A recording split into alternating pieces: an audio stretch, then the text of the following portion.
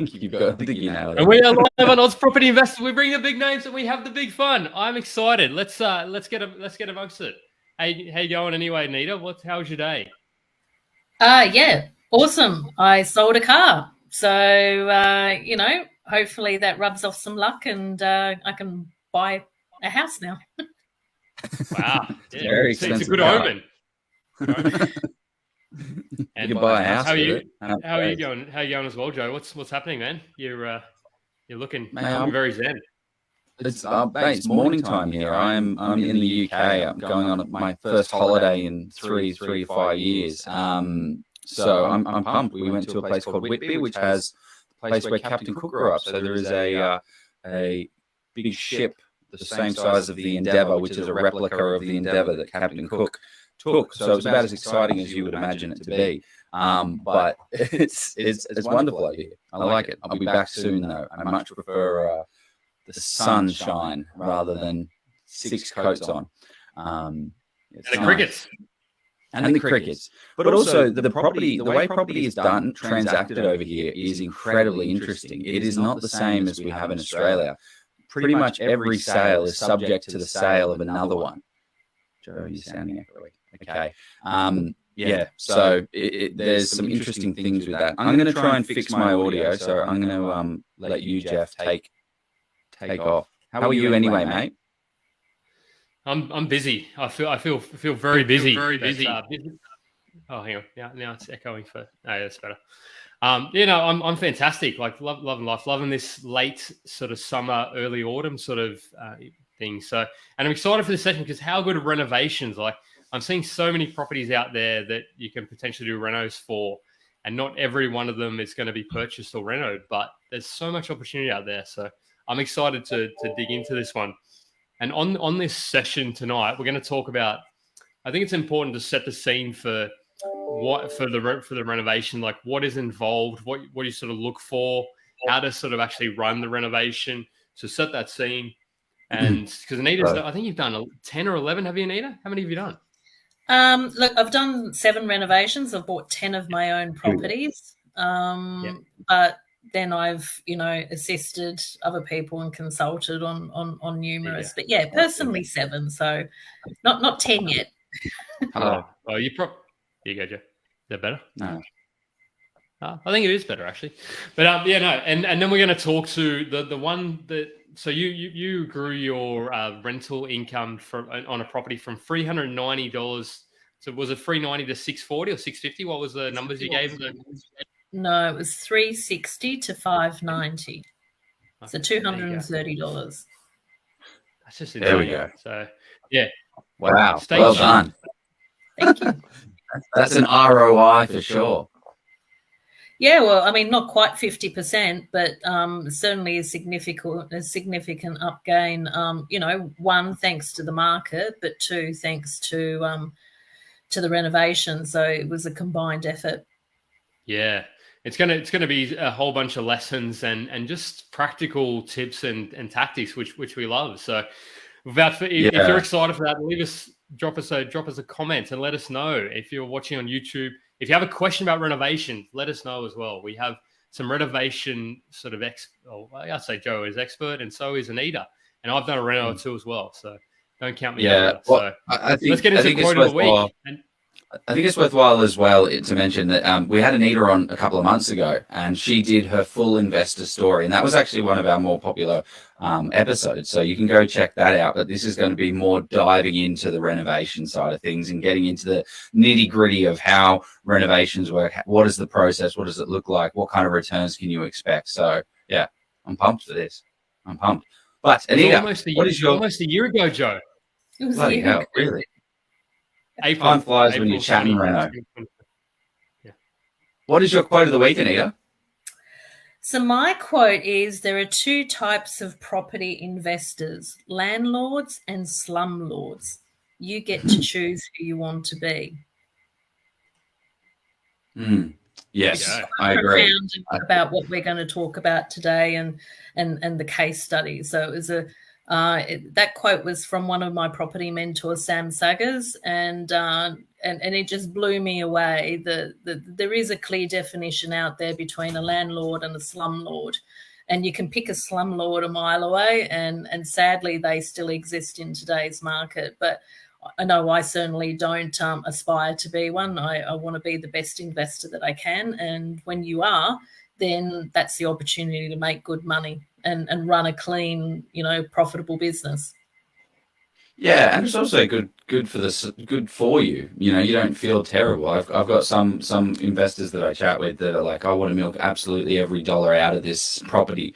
But sometimes when you try and push too far, like trying to raise rents, $80 a week when the market's only calling for 60, and you try and push and push and push, you can sometimes get tenants that are not as financially savvy as they should be. Say, screw it, I'll just go with this expensive one, and they're not actually the best quality. So it's always worthwhile chatting to your property manager as well, because you don't want to be a slumlord whatsoever, but it can bite in the butt as well. So in the long term, it doesn't work out. You've got to just treat people the way you want to be treated and all that good stuff. Awesome. Yeah. Okay, Jeff, what is your quote of the week? So mine is. It won't be easy, but it'll be worth it. So I think when a renovation, everybody sees the block, and I suppose the block is a bit glamorous, and they do show some of the tougher parts of it. But everybody sees these sexy reno shows, but they don't actually realize that renos can be tough. Like things can go wrong. Like you can sort of run into challenges that you didn't anticipate, particularly if you're doing a structural renovation. You can sort of you can sort of in the house as well. You can uncover like things that you would never have been able to see on the building and pest, for example. So you sort of see that and you say, you're going to run into challenges, but then it'll be worth it if you can overcome those challenges. There's profit in, there isn't profit in pretty, as Todd Sloan says. Love it. Yeah, I'm all for it. My quote is, without hard work, nothing grows but weeds. Renovations are exactly that. They are not easy. They are very unattractive. It's like everyone glamorizes renovations until the sale's done. There's no one there except they're in an empty house with paint peeling off and, dust everywhere. However, the returns are pretty exciting. And I think it kind of gives people the opportunity, people that don't necessarily have that, $500,000 backing, it gives them the opportunity to build that wealth over time. Like it's a way to go from nothing into something. But I'm sure we're going to unpack all of that now. But before we introduce the wonderful Anita, let's jump into our sponsor of the week. The amazing thing with commercial property investing is that in most cases, it's cash flow positive from day one, which means that you can drive those profits towards paying down the debt. There are instances with commercial property investing where you can actually have the property pay itself off over 10 years, which is absolutely crazy. With commercial property, you get massive net yields, so you can expect anywhere between 6 to 10%. And as we've seen in the current boom, these properties not only provide large cash flow, they do certainly grow wildly in value too. Now, with big rewards comes some risk, and this is why you should de-risk your investment as much as possible. And the way you do that is with expert due diligence. And this is why we highly recommend people hire professionals to help you along in your investing journey. Steve Polisi of Polisi Property is one such expert. Being a chartered mechanical and structural engineer in a past life, Steve draws on his analytical and mathematical skills to do that expert due diligence for you.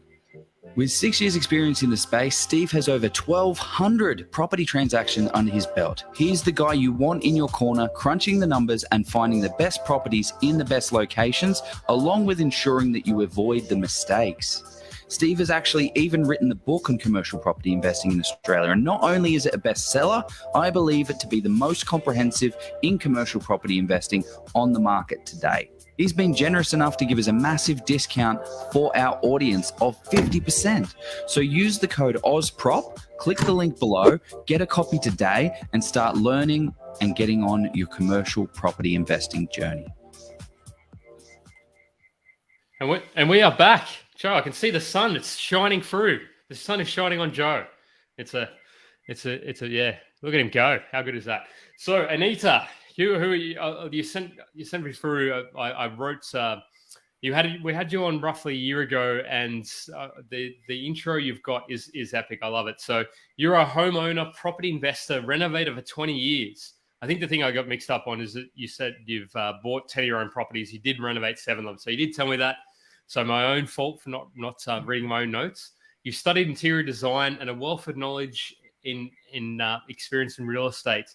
And I think the thing that is so great with you is you specialize in providing something that not a lot of people are able to do really well and really effectively, which is why I think tonight's going to be fantastic to hear your sort of case study, which is cosmetic renovation and how to actually conduct that and do it in a way that's stylish. Because I think doing a reno is not particularly hard. Anybody can do a reno, but doing it in a manner that meets what the market wants, I think that's the important thing. So another thing that you've done is you are also self-employed. So you're a business owner.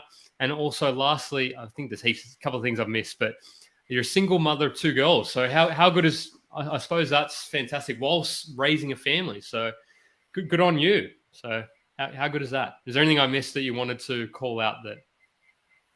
No, nothing you missed. I mean, like I separated from my husband back in 2017. So being on your own certainly provides lots of challenges when you want to invest in property. And hence why essentially for me, I couldn't for a number of years until last year when I bought this property that we're going to talk about. So, I think that's just, for me, quite profound achievement. But for a lot of people out there who are budding investors and they've gone through divorce or death or something in the family, it's like, don't give up. It really is a mindset challenge. But there's always a way, and you just have to persevere and stick to what you know. The one thing that never could be taken away from me was my experience and knowledge, and that goes for everyone. So, just because you have to pause for a few years, the show's not over. Keep playing the game, and that's what we're talking about tonight, the game of property. Yeah, that's fantastic. Yeah, I mean, I think a lot of people get caught up, and even those people that buy their first property and they don't sort of see that stratospheric growth that people sort of saw in 2020, 2021, and even some of 2022. And they sort of say, "Oh no, property doesn't work. It's all too hard. I'm just going to go back." And all the people that told me I was wrong to invest in property were right. And and they sort of give up, and they don't realize that they're so close to potentially. There's so many lessons that can be taken from that opportunity. So, to give a bit of summary, we're going to talk about sort of renovation in general, and then we're going to lead into Anita's the case study where she took that sort of increased her rental income close to double it. What did you do? I don't know the numbers, but close to 60 or 70%. So, is there any other words you want to pump it up with there, Joe? No, you nailed it. You pumped it up. You pumped it up enough. Let's get into it. Enough. Oh, dear. Yeah, always like to improve. So, Anita, we'd love to start. We usually start with people's first property purchase, but tonight I want to ask you your favorite renovation. So, if it's the one we're going to talk about tonight, I haven't prompted this too much. If it's the one you've done recently, that's okay. But just let us know why it was your favorite renovation. Well, I guess if I can, I'll mention too, like this one we're going to talk about tonight's my favorite because it's my biggest achievement, like I said, on my own, as a single person. So there's a lot of pride that goes into that renovation. But probably the one that is the biggest for my ego was a unit that I bought in Sutherland back in 2013. And, that was advertised at 440, then down to 400,000, and then I picked it up for 387, and I did a renovation in 3 days. So, I'm trying to be up there with Cherie Barber and get it done quick. And the beauty of contracts and having a vacant property is if you can get access to the property while you're waiting on the settlement period, you can get your kitchen guys and carpet layers and whatever into the property to measure up. So that way, on the day of settlement, bang, you straight in there stripping and painting and whatnot. So that was like brand new kitchen, carpet paint, handles, light fittings, all in 3 days. Wow. So how long did it take before you got it renovated? Like how long? So you would have gone unconditional on the contract, which is where you own the house pretty much legally. Well, not legally, but you can't back out. The vendor can't back out, and you're going to buy this property. And then there's probably 3 or 4 weeks until settlement. How many trips did the tradies take, and was it a bit difficult to organise, or was it just straight in? Or what did that kind of look like? Yeah, it was just prepare for the reno. Yeah, it was just a standard 30-day contract. I'm going by memory. I think it was 14 days finance. Wow. And because it was vacant, I mean, they had no problem with me going in there and just was a matter of booking in the agent to get access. Of course, no works can be started until settlement, but it means as soon as you get those keys at 5 p.m. on Friday or whatever the day of the settlement is, you can get in there really quickly and do what you need to do. Yeah, that's so valuable because it allows you time to do things and organise the trades because there are lead times for trades. Like we're doing a floor, we need to replace flooring in a property that we're working on. There's a 2-week lead time, but we have that 2-week lead time because we're now unconditional, and we'll get him in, measure and quote. Perfect, you're ready to go. Flooring's done. Then we get our painter in. How much is it going to cost? It's going to cost X. Great. Are you available on this day? And then there's a process for which, depending on the level of your renovation, like you don't want to be laying carpet before painting and demolishing. So you have to kind of think about it in a little bit more of a structured way as well. What kind of renovation was it? Like 3 days doesn't sound like you can get too much done, but I know you, and I know it would have been a lot. It was a brand new kitchen. So, day 1 pulled out the kitchen, day 2 put in the kitchen. While the guy's doing the kitchen, or the carpet got pulled up, new carpet laid. And then, before the new carpet got laid, we painted. And like I said, light fittings, handles, just basic stuff. Wasn't anything flashy. Yeah. But the kitchen was pretty crap that I knew, for me, the kitchen is the centre of the house. And if you want good tenants, they don't want that old 1970s wall oven in there and the electric cooktop that, 3 of the elements aren't working. So, I made that investment of about $20,000 into the reno. And the sad part about that situation was because of government grants that were going on at the time, it meant that there was a huge amount of stock on the market for rentals. So, we got the renovation done in 3 days, but it took 4 weeks to find a tenant. It was just a sad fact. So you learn from these things. Oh, well, I mean, yeah, it's tough if particularly you're paying the mortgage, but I'm sure that's, how is there any way you could? Sorry. What was that, Joe? Sorry? I wonder what the vacancy rates would have been like at that point in time as well. Like it's a bit of a different world that we're living in. 3 or 4% at the time. And whilst I didn't get a return immediately on that property, timing the market is really important when you're buying if you want to make some quick money. And I couldn't have timed that purchase any better. We ended up selling the property 3 years later and made $200,000. So, that uplift with the renovation certainly helped to attract a buyer. It had long-term tenants in it. So, you've got to forward think on your long-term goals. I certainly don't see value in flipping. You need to hold a property at least 2 to 3 years to see some return on it. And the benefit then is, of course, your capital gains tax concessions after 12 months. Yeah. Yeah. And what are your thoughts on flipping? Because you've done everything, right? You've bought and hold, you've flipped, you've done it. I haven't flipped. Oh, you haven't flipped? No. I don't. I consider a free year a flip. That's a flip to me because anything that's held for less than 5 years, I think, because to me, I suppose it depends on if you're selling to. I suppose it depends if you didn't plan to sell it and maybe you did, maybe it's not flipping. But yeah. Anyway. To me, a flip is something that you do that doesn't have someone move into the property. So you do the renovation and you sell it straight away. Now, whether that takes 2 weeks, 2 months, 9 months, depending on the extent of the renovation. But essentially, generally, it's within 12 months. To me, that's my perception of what a flip is. I like it. I can get on board with that. I see where you're going with that. It makes sense. I've learned something tonight.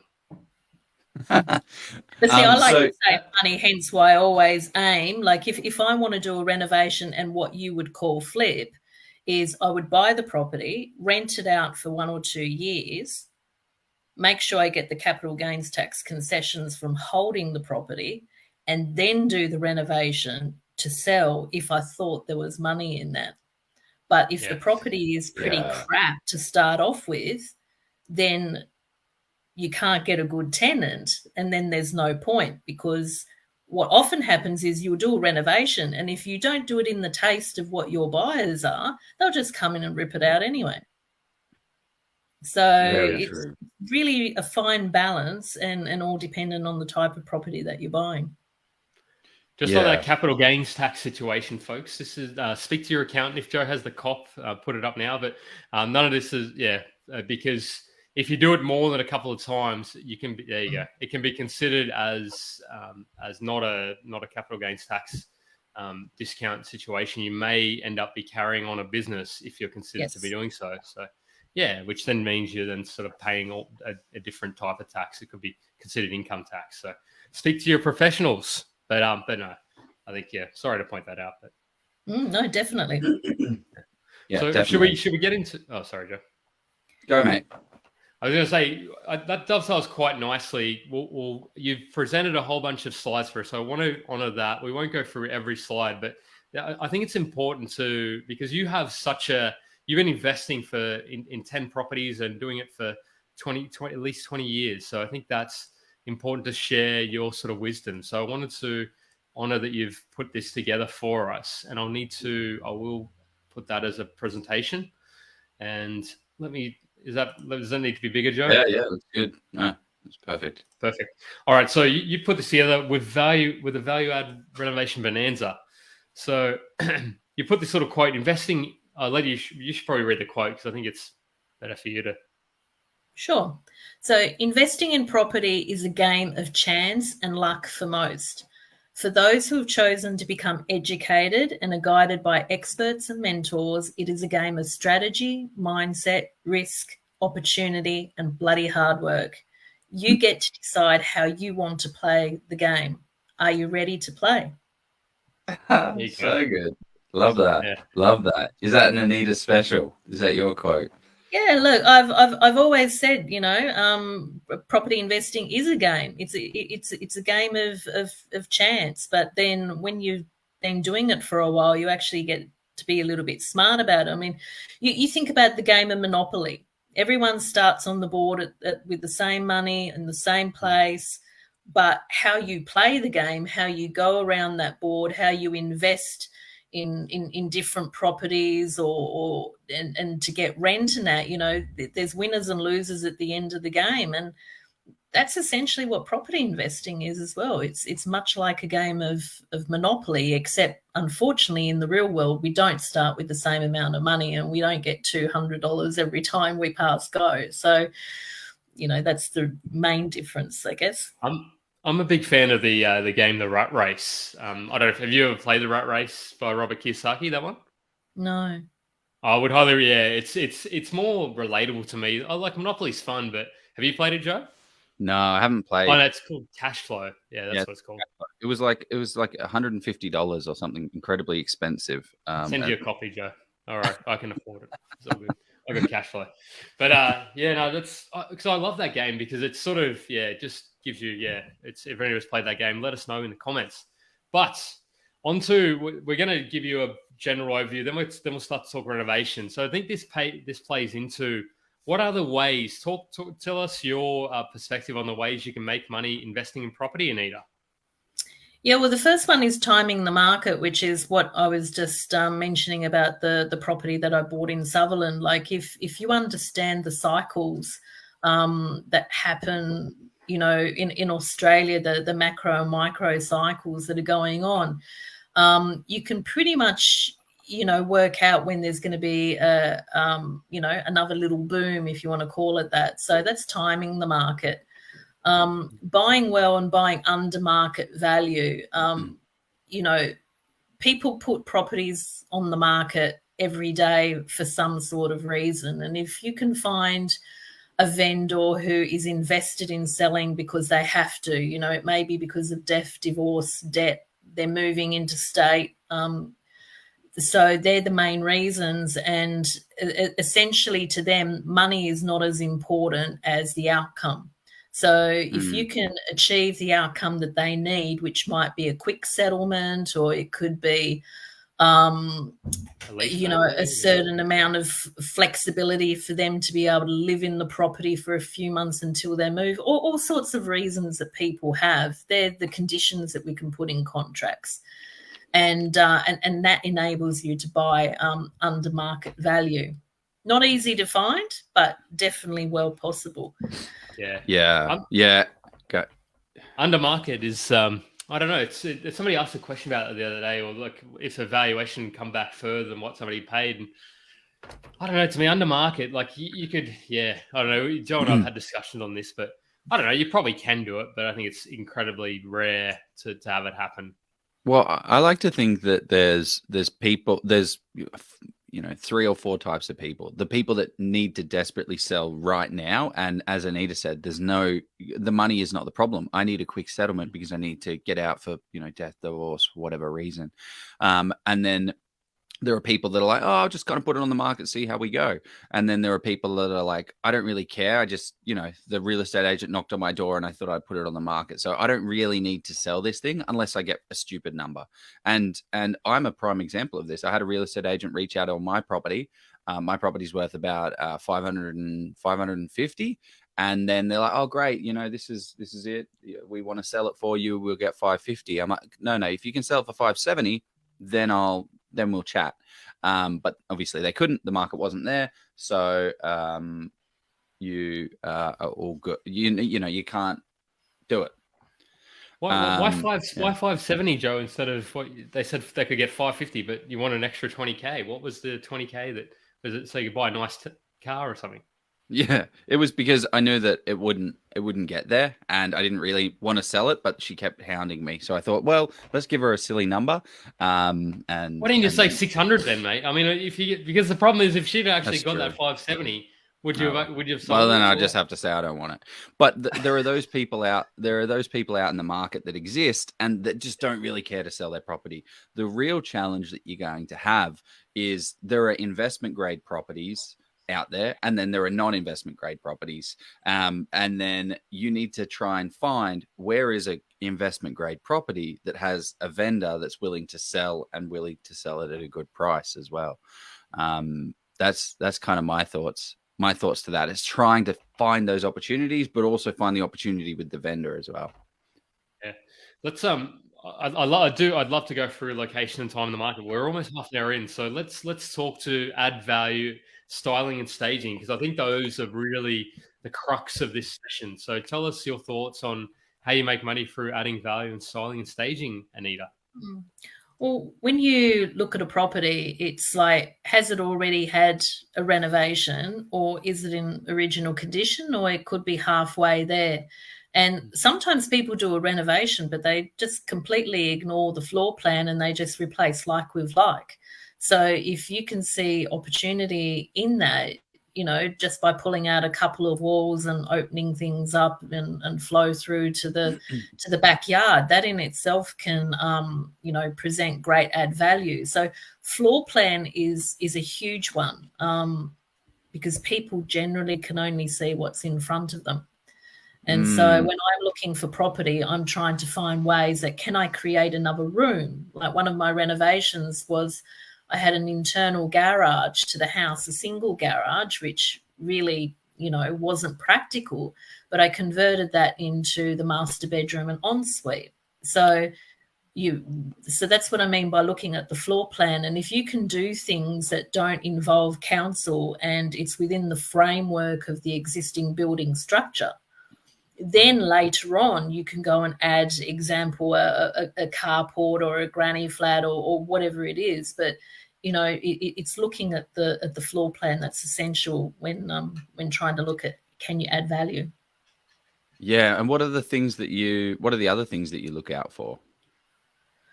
So Like on the floor plan, sorry. On the floor plan. So, openness, like a lot of the older houses, in the 70s and 80s were very boxy, with the long hallway down the middle. So if you can knock out some walls without affecting major structural beams, or maybe it's worth putting in a structural beam and account for the extra $3,000 or $4,000 that it might cost. But nowadays people want openness, and also en suites are really important too. Again, with those older houses, they only had one bathroom, or they may have had two separate bathrooms. People today, couples, they want the ensuite. And so it's like, all right, how can I put in an ensuite in this house by converting one of the bedrooms and changing where the doorway is, or little simple things that can be done internally with the help of a carpenter. You don't need a full-scale builder to do that. Yeah. So when you were looking at the garage to convert into a bedroom, that's not something people think, right? The garage is separate. It's, it's dirty. It's gross. It's like cold and dusty. And then all of a sudden you've just converted it into a master bedroom. How do you think about converting garages? Like, is there things that we can be looking out for that are like, yes, we can do it, or no, we can't? If you understand what the council, I guess, town plan is, their rules about setbacks, which includes off-street parking. If you understand that, you would be able to look at a property and say, well, yes, I can convert that garage. Like in my instance, the garage was stepped down, so the concrete had to be filled by 150 mils to elevate it, right, to bring it in line with the rest of the house. So it really depends on the property that you're looking at. Yeah. And knowing those things, and not everyone knows that, so that's when you have to invest in a certifier before you settle, if that's what you want to do too. So what do you mean by that? What did you have to do that?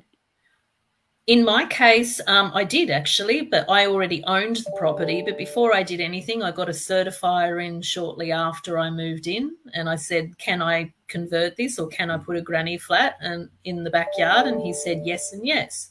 I thought, great.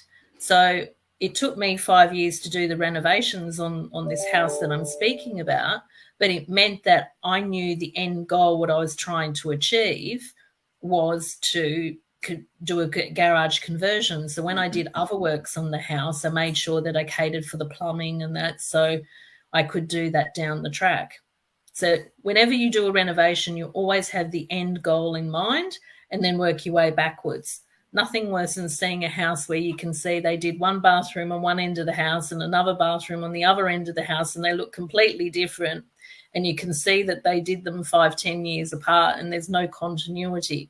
So, always have this end plan in your mind about what you want to do. I want to take a step back, because we're getting into the case study, which I don't mind, but I'm sequence, and I like structure. I like order. It's who's somebody's notifications going? Is that your show? Is that yours? Yeah, that's mine, and I don't know how to switch them off. Sorry. Oh, okay, that's all right. That's all right. Gee, I don't know. Maybe just yeah. Anyway, that's all right. I'll ignore that. I'll do my best. But so value add. What is your definition of value add because I think that's something that not a lot of people think about. They just sort of say, I'm going to do a reno. But let's talk about what that means. Like, what is value add to you? And how did you come up with that? So, well, to me, value add is just about making improvements in order to increase its value. And, increasing value might only be $10,000 or $20,000. Value can also be the opportunity to increase your rental yield without increasing the capital. So everyone would have a different definition of value, whether it's capital or cash flow. But so anything that improves in order to increase its value. Yeah, and I think this is where some people go one of two ways. They say, I want to just renovate to grow the capital, but not actually help the help the tenants and push up the rent. I think it's a bit of a mix of both, where you focus on investing, I don't know, $50,000 into a renovation, but the goal is to increase the rent, but also increase the value of the property as well, and looking at both edges equally. What would you say is the definition, Joe, of increasing the value of the property without increasing the rent? Like, I'm trying to think through what that would look like. Well, I guess you can do renovations where it's purely you're putting in $50,000, but that's for steps, electric, roof repairs, all of these things that you can't add. It doesn't add any perceived value. It just is very expensive to fix. So you look at more of a cosmetic renovation where you're actually adding value through the more expensive things like your bathroom, your kitchen, those type of things. But also you can overcapitalize if you don't know your demographic. So this is why I think just chatting to a property manager, even if you're not even going to, well, I guess if you're not going to rent it out, still chat to a property manager, because you want to understand the demographic of the area and what do they actually want. And you will speak to the property manager and they'll say, we need to have, like you're saying, Anita, an ensuite. There needs to be an extra bathroom in here. Otherwise no one's going to rent it. Okay. Well, now we know what we need to put in the property. So you can add different points of value, but you can overcapitalize and say, you know what, I'm going to buy a $50,000 kitchen. Well, the demographic of this area isn't $50,000 kitchen. You could put a $20,000 kitchen or a $10,000 kitchen in and uplift the value just as much. And then you don't have a sunk cost of $40,000 that's unnecessarily spent to try and attract a better tenant. But that better tenant doesn't actually exist in that area, especially if you're in not low socioeconomics, but lower socioeconomic groups. They don't really care about the whiz bang, triple burner crazy oven. You'll get away with $1,000 oven instead of a $10,000 oven. I don't know. Does that make sense? What are your thoughts, Jeff? What do you think about when it comes to value add? Yeah. I think generally don't build a deck. Like this. Not a lot of been burned before. Yeah. They're expensive. We built a deck on our first reno up in the Newcastle area on a $300K property, and the deck probably cost us $20,000 or $30,000. It was like, it just doesn't make any sense. Like, maybe not that much, like probably 10 or 15. But yeah, even recently on our PPOR, we've got some cladding done, which I don't know, doesn't necessarily, you're not going to be able to, like, that's sort of, you're talking sort of 15, 20, 30, whatever it is, like how much it is. You're not going to be able to increase the rent by $200 a week. You might, aesthetically it might look better, but it doesn't actually, like a kitchen or a bathroom. Those are sort of very functional sort of parts, or air conditioning. So those are my thoughts, Joe. Just be very careful on things that you emotionally would want in your PPOR versus things that are actually valuable to the tenant and the demographic. Yeah. And Anita, what are some... I was going to say, I'd also add that, people spend 80% of their time indoors. So when you're thinking about a reno, put most of the money on the inside. I mean, landscaping is important to make it safe and functional, but primarily most of the budget goes into the inside, which is your kitchens and bathrooms, because they're the areas that people use the most. Yeah, what are some of the high value areas that we should be focusing on if we're looking at a renovation? There's a question here, actually. This might tie in nicely. What is the best change to make to an old style Queenslander, narrow sunrooms, etc.? Interesting. What are your thoughts on, let's say we have a Queenslander, an older Queenslander, like what is going to be the biggest value adds that we should be turning our attention to? We look on real estate, we see the floor plan, we see it's a little bit run down. What are you looking at first? What are your go-to high value adds? And what are the things that you're kind of having in the back of your mind to, not focus on as much, ignore? Well, I mean, in general, it's always, like the kitchen. The kitchen is the center of the house. So is a kitchen in the right location? Maybe it's worth moving the kitchen to the other side of the of the building. And I guess in the case of really, people get stressed out about, I'm going to have to pay too much with plumbing and that. When you've got a Queenslander, it's up in the air with floorboards. It's not that hard to run some pipes underneath. Yeah. Yep. You know, the same with the bathroom. It's not a big deal when you've got a concrete slab, whereas you have to dig all of that up. So anything that's on floorboards, it's not a big deal. You just have to add a little bit more. But people want to see functional spaces. So if you've got a Queenslander with a sunroom, what's the purpose of that sunroom? Is it just sit there to sit, or can you make a nice little nookie or a playroom or an office? Or, you know, I mean, again, each property individually is going to be different. You know, has it got a step down or is it on the same level? Is it got open windows, or can you enclose them and put bay windows? You know, so many different situations, but it's all about functionality. People want to see that, I didn't think of that idea. You know, maybe there's a staircase. You know, can we build clothes in the bottom of the staircase for extra storage, or that's where you can put your office and a desk. You know, maximizing all of those crooks and crannies in the building. Yeah, we'll get to some of these questions. We keep them coming, people. There's some really, really interesting ones, and some, I suppose, controversial about return on investment and all that sort of stuff. Everybody talks about the 10% rule and making sure you're adding $2 for every dollar you spend. So they throw through those questions, because I love to stir up a bit of controversy, just a bit of. I mean, that's not controversy. It's return on it. But you have to put. You don't want to be doing a renovation where you put $1 in and getting $1 back. It's just sinking your money. I suppose there's some people that say that they would only do it if you're getting X amount back, and some people have this other number, and some people say, only you have to keep the 10%. It has to be 10%. Well, this is actually tying into one of the next questions I was going to ask. Do you have a rule of thumb for how much a reno cost should be? For example, changing old kitchens to open space? Because a lot of the stuff you were just talking about can feel overwhelming for people, because you're like, we're going to move this kitchen here, we're going to plumb the piping here. Like, to me, I just think, wow, that's so expensive. It's going to cost a lot. Like, how do you work out where that investment comes from? Like, how do we know that it's going to grow in value? Like, what are some of your rule of thumbs? Well, on the slide, I think I've got a little pie graph there of percentages on your standard renovation.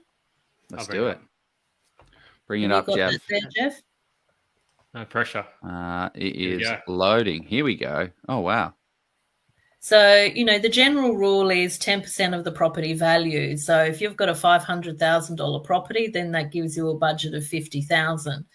As you can imagine, with $50,000, you can't really do a whole lot when you're talking a new kitchen and bathroom, because nowadays, you know, your basic kitchen and bathroom is at least $20,000 each. If it's a unit, you could probably do it. But if it's a house, a lot of houses have really poor landscaping and that, and you need to set aside a budget for that, which a lot of people don't do. So you've got to look at the end value. And with any renovation that I do, I look at what are comparable sales on the market of renovated properties, and then what are the values of properties that are unrenovated, and how much money can I add value to. So whilst the rule might be 10%, if I'm buying a house at just say 700,000, but the renovated properties that are done well are selling for 900,000, well, I know that instead of 10% of 700,000 is 70, I can stretch myself to 100 and 120 and still make $80,000, in profit. So everyone will have a different tolerance to their return on investment. I like to hope that I can double it, like 2 to 1. So if I'm spending $50,000, I would like a margin of $50,000 extra to make it worth it my time. But if you're holding the property, sometimes it doesn't matter. As long as you know you're getting a tenant in there and you're minimizing all the maintenance issues, even if you don't have a return on investment, you're doing it just for the equity uplift and just to make the property livable. So everyone has a different reason, but the general rule of thumb is 10%. And that's what I would use as the basis of the split. 3% for bathroom, 3% for kitchen, 2.5% for your flooring, painting, lights, fittings, door handles and whatnot, and being a house, the landscaping, grass, plants, that sort of thing. That's a good amount for landscaping, because I'd say that's what on a 50K. So what's that? 7.5. 50K, 7.5. Yeah, 7,500. That's sort of, yeah. I suppose not too bad, but I just think when I think of garden, I'm like the tenant's going to have to then maintain that, and then I don't know. Often tenants don't always maintain the gardens, particularly when there's not really, unless they're house proud. But yeah, that's interesting. Yeah, but I can tell you, out of the 3 houses that I've owned, I've spent more on the outside of the house than I have on the inside. I had to. We had filthy big gum trees or palm trees, asbestos fences that needed replacing, plumbing that needed to be ripped up and redone on the outside, like sewerage. You want to build the deck. Well, your deck's $20,000. It's nearly more than the kitchen, just for the deck. So this is where a lot of people miss, their budgets is allowing for the outside, and sometimes it's just something you have to do. Yeah. And I find that interesting that you're saying there is it sounds like you're saying you need to tailor the renovation to what the desired outcome you're wanting from it. Because you're saying, hey, you can renovate to flip and renovate to sell. Or you can renovate to hold, and you don't need that capital value, because you're spot on. Like what I always say to investors that I work with is that you're trying to you have 2 resources. You have your cash flow and equity, your cash and equity, and then you have your borrowing capacity. And then your goal is to attack the one that you don't have a lot of. So if you need to grow that capital base, like you were talking about at the beginning, Anita, probably what this property that we're going to go into has been for you is you need to build that capital base a lot now, because you're doing it by yourself. So you want to get as much equity as possible out of it. You're also thinking about cash flow, but is that the main purpose of this one? Maybe we should jump into it. For me personally, no, it wasn't about capital. It was about cash flow. Okay. Yeah, it was. Joe. Yeah, we did actually have a conversation prior. I think this one's an interesting one. Any tips to renovate to refinance and go again? What's your experience with that, Anita? Have you done much of that, or? And that's exactly what Joe was talking about, is when you're trying to achieve an uplift in the equity. So that way, when you go to the bank and refinance, they're going to say, fantastic, you've done a renovation. It costs $50,000, but let's just say it's worth $100,000 more. You're not selling that property, but the valuer is going to say, okay, well, you've got $100,000 more. You can withdraw 80% of that. So that's $80,000. And that $80,000 constitutes, like a 10% deposit on your next property. Yeah. It's always subject to borrowing capacity, of course. You can't just say, oh, looks great. So I think it's important you work in tandem with your broker for a start, but also I think that the challenge is actually getting a quantifiable number as to how much equity you're going to create by doing the renovation. So I think you have to, if you're going to do this and the intent is to pull out equity, I think you need to really understand comparables in the market. Back to your point you spoke to about sort of 5 or 10 minutes ago. If you don't know, if you just do it and assume that because you put a nice kitchen in, put a nice bathroom, that you're going to get an extra 70,000-80,000, there might be a property down the road that's sold for 20,000-30,000 more than yours that already had that nice kitchen. So the value is going to look at that and say, well, okay, yeah, it's a nice kitchen. Great. I'd cook myself a steak in it or a schnitzel, whatever it is. Just cook myself nice, have a barbecue, whatever it is, maybe in the kitchen. But however, there's a property down the road that sold recently you bought it for 500, you did a reno, and one down the road sold for 530. So why is this particular reno you've done here any better than that? So it's all about comparables, I think, to a large degree. Definitely, completely agree. Because, and this is one of my bugbears where you watch all these renovating shows on the block and whatever. It's like, yeah, let's do a renovation. We're going to add value to our property. And guess what? Either one, they've got no experience.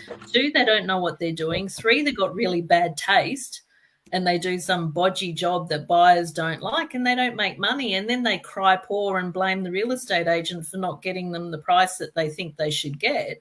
But they didn't actually look at what the market was doing at that time. And if they're buying in a declining market, doing a renovation, well, of course they're going to get less money. Yeah. It's where it's important to know the market that you are buying in and comparable sales. Yeah, we're starting to see that at the moment now out there in the market. There are deals that are being resold by investors or by owner-occupiers that have overpaid. 6 months ago they purchased it for 500,000. It's now worth 480, which comes down to buying well. That person wouldn't be in trouble if they bought it at 450 like they should have done when they were buying it. 482, 500. So. Yeah, sorry, it's an in joke. He doesn't. Yeah. So on to we should talk about the property because we promised the renovation bonanza. Let's get into. We'll get through that. Let's go on. Yeah, let's do it. So tell us about the property. I'm going to. Hang on. Before we do that, no, I was going to say let's do this. This live session is sponsored by Scott Agate from Hello House. Scott has created the world's first property negotiation as a service business. So what does that mean? Well, let's think about it. When was the last time you negotiated on anything over $100, let alone a property that is going to be one of the biggest investments of your life? The vendor, they have a trained negotiator on their side in the form of a real estate agent. That's kind of like you stepping into the ring with Mike Tyson after never training a day of boxing in your life. These guys are trained professionals, and that's what they do day in and day out. And this is what Hello House does every single day as well. They negotiate on property to get the best buy price from the real estate agents. Scott Agate, he's the expert negotiator. He has been in this industry since 1995. He owned and operated 3 Bell franchises. Scott was the guy that was teaching these real estate agents all these agent games. He knows all of their tricks. Having him on your side is going to give you a massive unfair advantage and literally save you tens of thousands of dollars. Unlike other ways of purchasing property, Scott's incentives are aligned with you, the buyer, meaning the more money he saves you, the more money he makes, which is what you want. You need to have those incentives aligned. Scott has kindly offered our group a massive discount on the retainer fee for his service. So if you're looking to buy your next home or investment property, click the link below to get in touch. We are back. Let's do it. Let's dive into this property in. Would you say it's Southeast Queensland? I think it's Southeast Queensland. Yeah, it is definitely Gold Coast. Gold Coast. Yeah, I didn't want to get too specific. I just wasn't sure how far we should be talking to it. So, well, this is the beauty of renovation. It doesn't really matter too much about where it is. Obviously, you want to be going in a market that's growing, but you're the one that's forcing the value. So you can be doing this strategy in any market. If you're doing it in a growing market, yeah, it's going to work out better because the market's growing. But you're the one that forced the value. So you're the one that's in control of the equity and the growth. But let's do it. What do we got here, Anita? Okay, so when I was looking for the property, which was early last year, I had a budget to work with approximately $500,000. So I had to make a decision on what I was going to buy, whether it was going to be a unit townhouse or a duplex, because there's quite a few duplexes around the area. And so that's why I've got there the average 2-bed, 1-bath, 1-garage duplex was selling about $510,000, $540,000, which was a bit above my budget. But when I was looking at units and townhouses, I thought, this is too hard, to add value to and get good return. And I fortunately found this particular property by accident. I rang the agent about another property and he said, look, I've got this one coming up. I can't take photos of it because it's in really bad condition. I've got tenants in there who aren't great. They were hoarders. But I'm doing an open home on Saturday if you want to have a look. And so I did, and wasn't a pleasant property. I pretty much was the only offer, except apparently there were first home buyers, but they couldn't buy without vacant possession. And because the lease wasn't due to expire till September, that kind of put them out of the buying competition. So it was essentially me. Wow. So at that time, the market was pretty hot. The agent advertised offers over 470, which, annoys me because I call that bait advertising. There was quite a few people who went through the property. But in the end, I managed to negotiate to sell, to buy it, which I think will take it to the next slide. Just quickly, when you say, what do you think offers? I mean, maybe I'm poking a sore point here, but offers. What do you think offers over 470 is a bait advertising? Did you think it was too low, or did you? Too low. Like, my understanding of the New South Wales rental market is there's actually legislation that you have to have CMAs to show that you're within 10% of what the actual selling price is. If South Australia, New South Wales, Sydney. So if you're seen to be putting a price considerably under what you anticipate it to sell for, as an agent, you can get in big trouble. And so to me, when I knew that properties were over 500,000, why would you put offers over 470? Because you're going to get 20 people through the door. 18 of them aren't going to be able to afford it. The 2 of them that can afford it are going to see all this competition and they're going to bid up. Exactly. It's the sad truth of it. Okay, so I'm looking at this deal just on a face value perspective. And you're at I don't know what you've purchased it for, but at 470, our yield is 3.9, 3.9%. So it's not looking too crash hot on the face value of it. Obviously, we haven't seen the property and all of that good stuff. You've got hoarders in. It sounds a bit difficult. They're not giving you photos. You haven't got access to the property. This sounds like a problem that is in need of a solution. One thing I wanted to go back to is you said, the agent just called me and told me about the properties.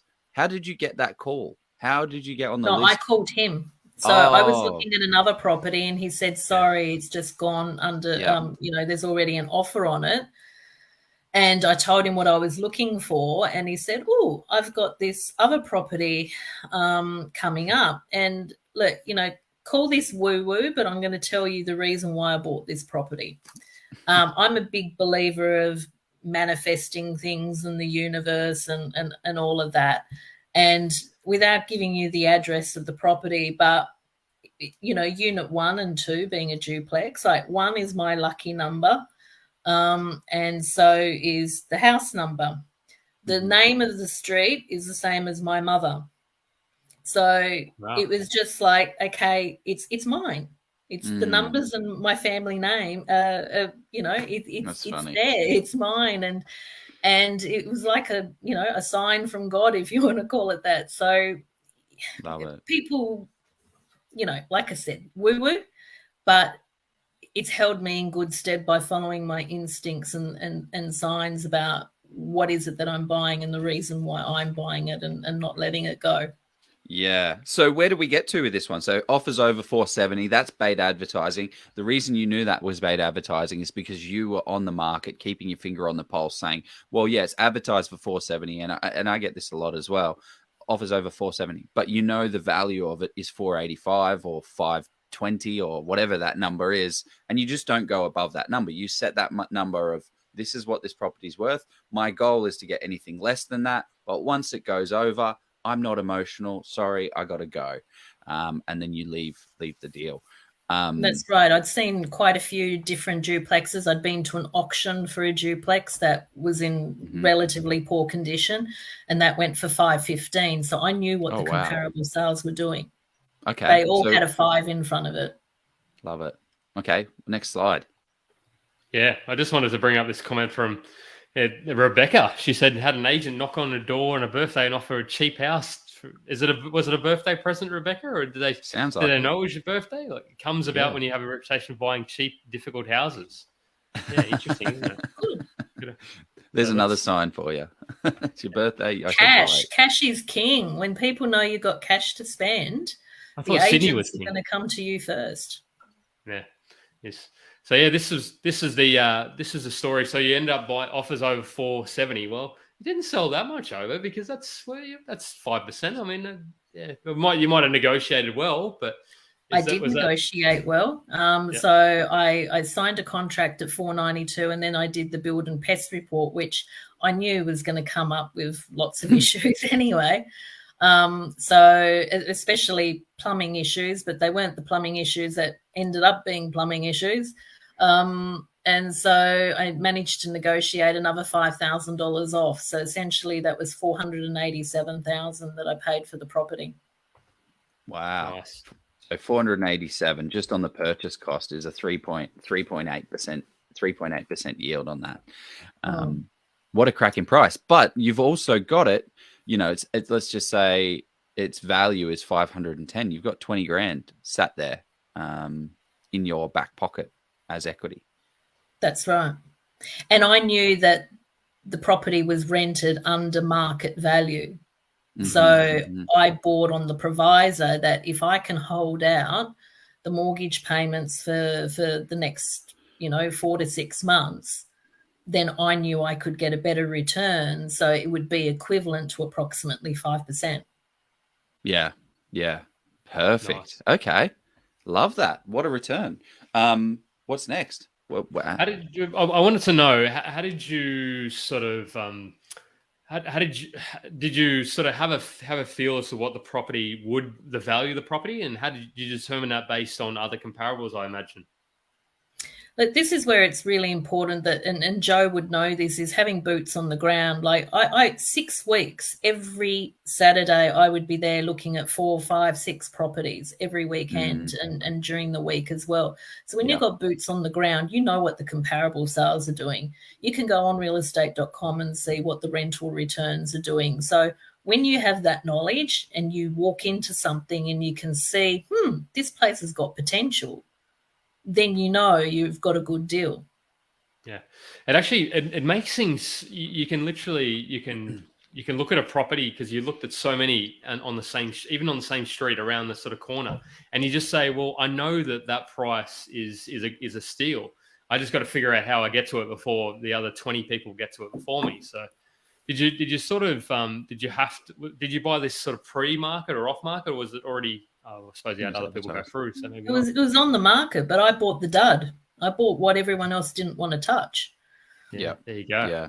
Well, it's exactly like when you've got dogs peeing on the carpet and the stench is excruciating. That is, you got to get it clean. That. And the backyard was a schmozzle with lots of damage as well. Like when you've got that, no one without skill is going to tackle that.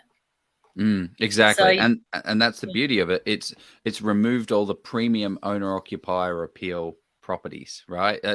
Buyers. Like they want that. They're going to want what you build at the end of this. And that sucks to do. You've got to tear up all the carpets. You've got to do the renovation, but you're now getting paid for that hard work. You've turned a problem into a solution. That's it. And that property was an example of what I call a slumlord. So I saw the opportunity to capitalize on that, to take a property that was neglected for so long and, make a mark on it and hopefully bring it back to life. Well, let's talk about the renovation itself. What does that look like? Do we have any pictures of the property as well? Yep, they're coming up. Oh, cool. Oh, here we go. Okay, what's this? So, when I talked about that circle of the renovation costs about 10%, I did manage to keep it to about 10%. But in my instance, over half, over 50% was just outside. Wow. And this is why I said you've got to know what it is you're buying and really look at it. But I knew that inside, once the tenant moved out and I looked at it, I could see that it wasn't as bad as what I thought it was once the tenants got rid of all their junk. Yeah. And this is in September, isn't it? So you bought it in March. It then settled. No, it was in May, Joe. Oh, it settled in May, but I bought it in March. Yeah. Yep. And then from there, you've got to wait. There's nothing you can do. You just sit on it from May to September, waiting for the tenant. Were you thinking about asking for an extended settlement period so that because the rent's not going to cover the mortgage on there? Did you have that No, chat with your vendor? I couldn't get rid of the tenant. I had a really poor property manager. It was really, really badly run. And it was like, okay, I've just got to wait this one out till September and then give the tenants notice to leave. What I mean with just on that is when you can ask for a 90-day settlement, and then you've got an extra, so you can ask for a 30-day, a 60-day, a 90-day, 120-day, but then that means that the vendor keeps the property and is responsible for everything. So you could have extended it out to September. Maybe that's a bit more of a stretch. And then you're not responsible for anything that happens at that property from that time till settlement. Whereas when you settle, it's 100% yours from May to September. So if you went for a 90-day settlement, you would have had an extra 60 days of not having to pay the mortgage because the rent's only $360, but the mortgage would be a lot more than that. I'm sure you're a good salesperson, Joe, but if I'm an investor, mate, if I'm getting rid of this problem, why would I want an extended settlement? I don't want an extended settlement.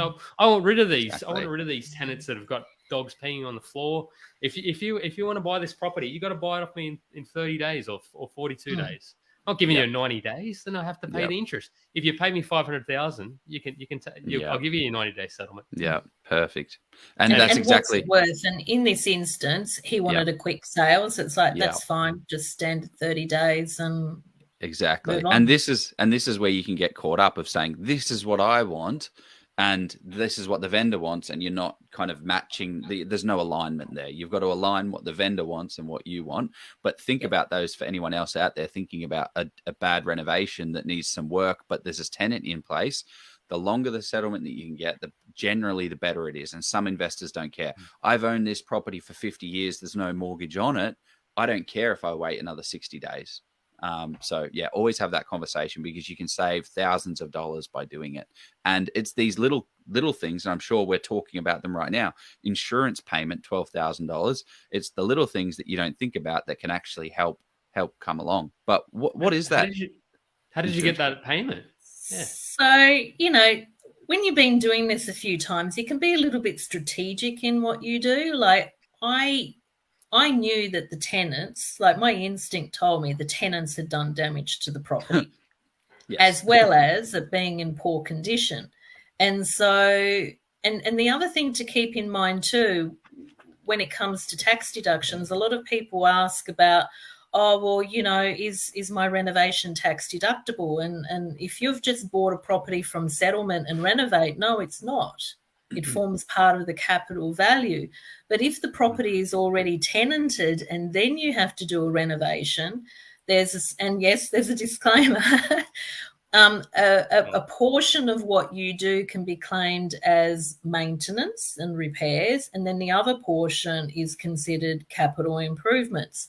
So in what I did, it was a mixture of two. But because I knew that the tenants had not lived in the property well, and my new property manager that I had ensured that I had good coverage with Terry Shear, who I have to say absolutely wonderful. We don't get paid. Then I knew that I could claim a component in insurance. I will say that I got way more on insurance than I was expecting to. So hang on, I'm still lost. So how'd you get 12 grand from insurance when you? So talk me through the process, because you settled on it. It's yours. The tenant's done damage previously. It's not your damage because you bought the property at face value at 487. So it's not really your money to claim, but you claimed it and you got it. How does it work? Well, when you buy a property, you inherit the liability and also the benefit. So the tenant is under a lease. And when that lease started, they started with a condition report. So if you suspect that condition report is not going to be favourable from when the tenant leaves, then you as the landlord are there who have to claim on any of the damage that they've done. Right. So you had an entry report from 5 years ago from the current property manager. And what was some of the damage? And $12,000 just seems like a lot of money. Should we look at some photos? I've got more than I thought. So, you know, for example, walls, you know, you can only claim from the tenant to repaint 3 or 4 of the walls, but I made a choice to repaint the whole internal and external. Don't ask me why, but the insurance paid for the whole bloody lot. Oh, there you go. Thanks, Terry. You know, the tenants damaged the bench top. Well, I didn't end up changing the bench top. I will change the bench top, but the insurance paid for a new bench top. Maybe just keep some of these things under your hat, Anita. You just you might get a call from about that bench top. They were all legal and all, like, I never do anything that is what I would call fraudulent. You always work within the scope of what your policy allows. You know, the tenants had cracked a couple of tiles. They didn't pay for that, but there was a couple of blinds that were broken. They paid for those 2 blinds. The carpet was peed on, as I told you. You know, they paid for 1 room of carpet. I paid for 2. So as you can see, you know, I spent $43,000 in total. They only paid like a quarter of that. So when you sorry. No. You go on. So it's just a matter of understanding of what you think you can claim and what you can't. And in this instance, as I said, they paid a little bit more than I anticipated, because they saw that by having to paint 3 or 4 walls, I had to do the rest. They decided to pay all of it. So I wouldn't say so. You didn't even ask for that. They just said, "Oh, we're going to pay." Like, how did you go about getting? Like, what did they decide to pay for versus not pay? So in my instance, the property manager that I had at the time was, if I can say, useless, and said that I wouldn't get anything out of insurance, and, you know, pretty much the tenant's done what they've done, move on. And I said, no, that's not going to happen. And then, of course, the property manager decided to have booked their holidays for 3 weeks at the same time and left me with this property. So it's like I took charge of everything. So I'm the one who does the renovations. I do all the planning. I don't give it to someone else to project manage. I wouldn't give it to a property manager to project manage my renovation if it's local. I always take charge of it.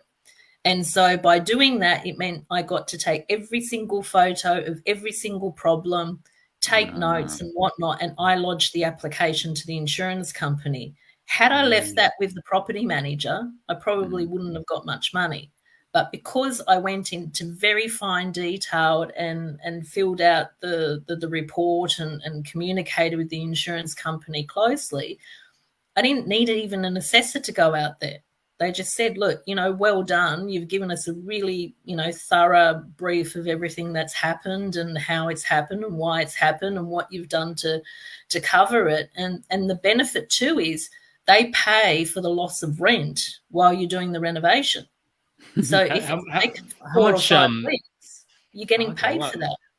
At what stage do they say, though, oh, look, you're sort of taking the mickey here? Like, if you say you're taking 3 months on a reno, like, what do they, there'd be a limit with, I mean, obviously the PDS, but what do they sort of say, the product disclosure statement? What did they say about that?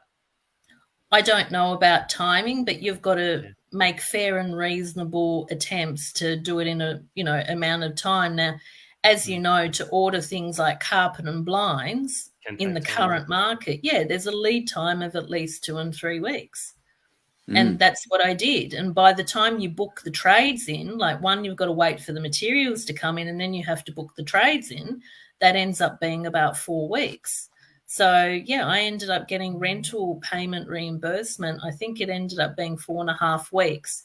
And they don't pay to when the tenant moves in. They pay to when the property becomes available. So that means the day you give it to the property manager to stick up on realestate.com being available, that's the day that the insurance company paid to. Love it. Okay, well, let's dive into some of the photos of what this thing is. I feel like we've been teasing it for long enough, and I'm just cautious of time here For an as hour well. 15, we've started. Yeah, that's a great tip though. I wanted to, because not something I'd ever really thought about. I mean, I haven't done 7 renos, but I just think I don't know that many people would be. I mean, obviously the really sophisticated renovators would know that you could sort of, if you've got a property that's damaged, you could potentially sort of claim some of that on insurance. So just, This is the second time I've done it too. There you go. The other time I got a new bathroom. So, Wow. There you go. And you might know that, Joe, but I mean, Joe knows a lot of things so let's go. Here we go. Case study duplex in Arundel or Arundel. I don't know which. It's called Arundel. Arundel. There you go.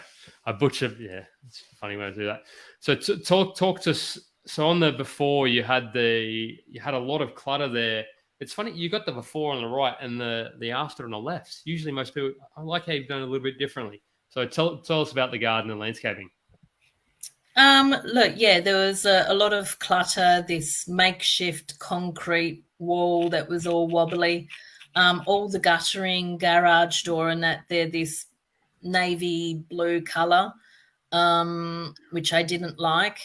Along the left-hand side of the fence line was a pretty dodgy little retaining wall fence with odd sods of plants. So I just wanted to take that out, extend the grass line and just put a pretty little small garden at the front and then paint everything black. Yeah. Because black is more modern and stylish. Mm. And then I talked to the neighbour as well, and she was happy to change it as well. So that worked out really well. She ended up painting her garage door and guttering black as well a couple of months later. Yeah, it looks really schmick. I like how much did the outdoor sort of paint? I mean, how much did the outdoor painting cost? You probably got this in the numbers.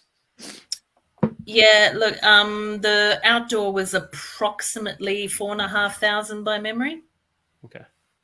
It's not too bad. But you'll see in the backside that I did I put a lot of black in everywhere, and I actually really like it. Because before it was like khaki poo brown color. So Khaki poo. So let's go. So it's cleaned it up. It's just clean and crisp. Oh wow. Up. Wow. What are we Look at this. at?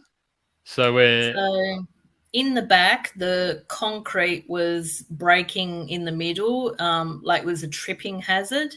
Yep. So as I agonized over it, but I had no choice but to rip up all the concrete. And that in itself was over $10,000 just for the concreting.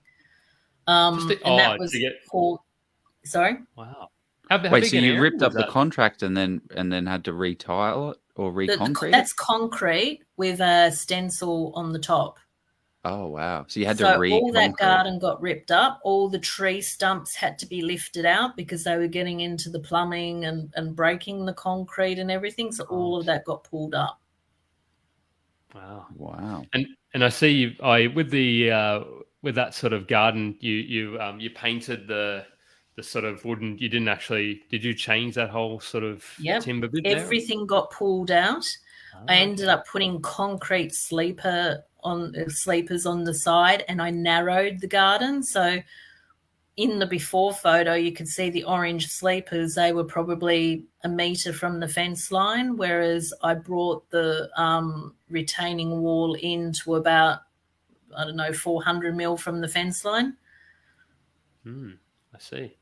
There you go. There was a dodgy little fence there at the front, like gate, and I put a new gate in as well. So that's a new black gate. Before it was just a half-broken wire gate. Unfortunately, sometimes photos don't do things justice. Yeah, and there's retaining walls that look to be a bit of an issue. The bottom two photos, the before looks very mouldy and gross and eaten up. And then after, so is that a brand new retaining wall that you had to pay for? No, it's actually the old one, but I just painted it black and filled in the back and put in some nice hedges, which eventually will grow. So I just painted everything black. And so between the retaining wall and the small concrete sleepers and the walls underneath, I don't know if you can see on the before side where the window is, it's that browny colour. I said to the painter, what if we keep the pergola the same colour? Because I was going to paint the pergola black and then the walls like a light cream colour, and that was going to take too long. So we decided to flip it and keep the pergola the same colour and paint the walls black. And yeah, it actually looks really stunning. Did you get rid of the garden shed? Yes, yeah, that was rusty. Couldn't even open it. It's gone. Yeah, there you go. But yeah, that's the thing. Look, that retaining wall is probably structurally fine, but to replace that, it's probably $5,000-$6,000. And all you've done here is cleaned it up, painted it, probably knocked away any of the bad bits, and it looks beautiful. Looks absolutely brand new. And that's all that matters. As long as it's functional, safe, and structurally sound, and looks good, it's going to make a massive difference to that backyard, and it has. That's it. And I didn't replace all of the grass. I only replaced half of the grass, hence why it looks a bit patchy, because it was in the heat of summer trying to get everything to grow and stay green.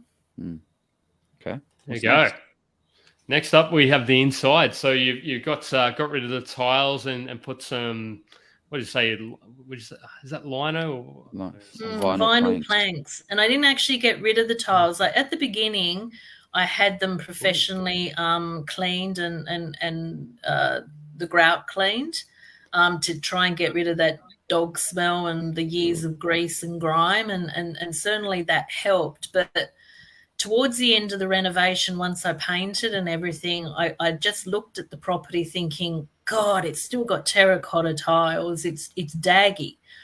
You know, I want to make this as modern and as clean as possible for my tenants to attract the top dollar. And so, you know, I made the decision to lay vinyl in the property, which includes the bathroom as well, as you'll see. And, you know, that cost an extra $4,000.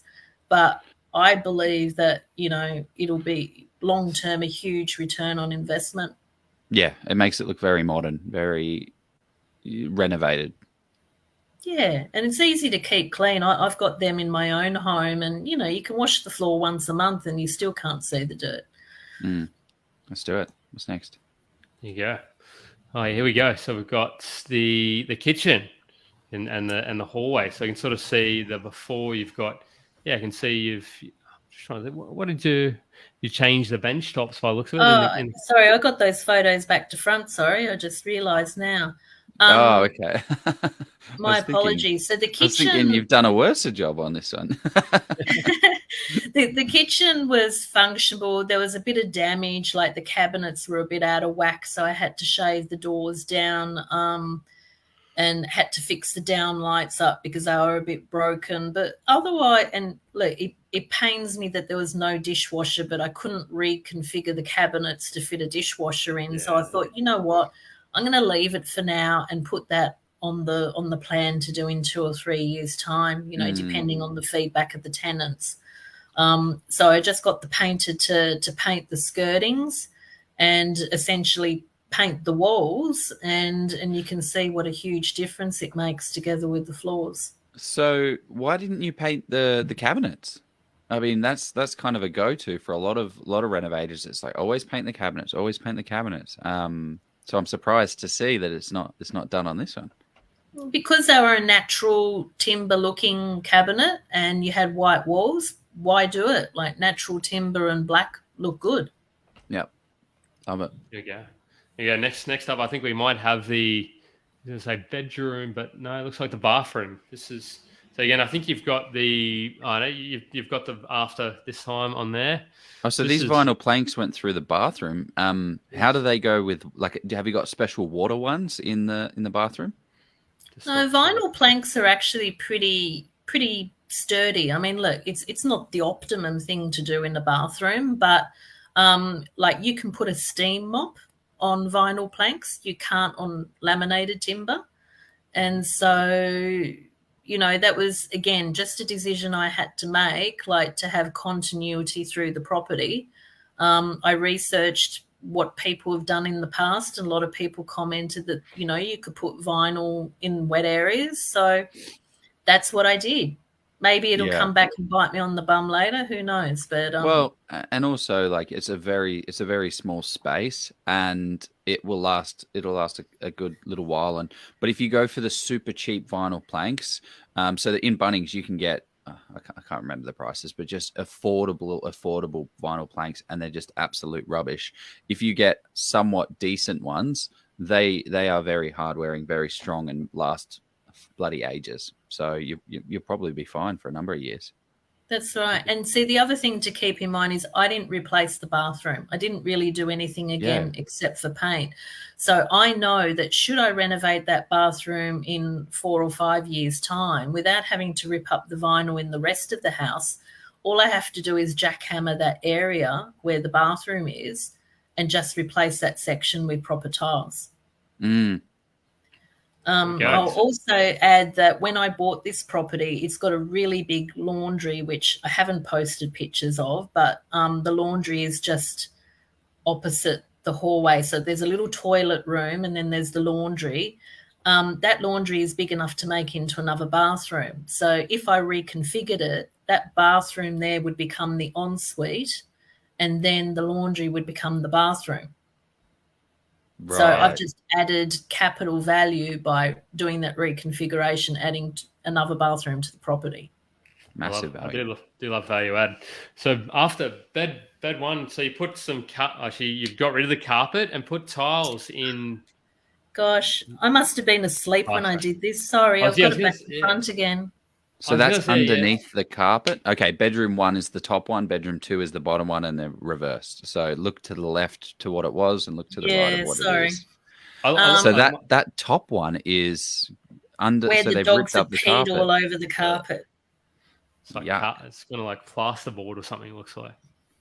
Is that underlay? Yeah, what is that? That's the underlay. That shows all the urination stains. Like it was horrible. I rolled that carpet up myself and threw it out.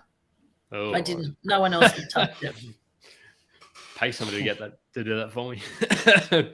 But yeah, I really love what you've done there in the bedrooms. You've got some really sort of schmick and sort of neutral carpets, and I can sort of see. It looks like it just looks more functional. I think. Well, not just functional. It matches the rest of the house as well. Right. And it just like you walk into that bedroom and you see the pea stained carpets. And you're like, this is disgusting. Why would I put my children here? And then you walk into this one, wash the flooring, and then laid carpet, which was done.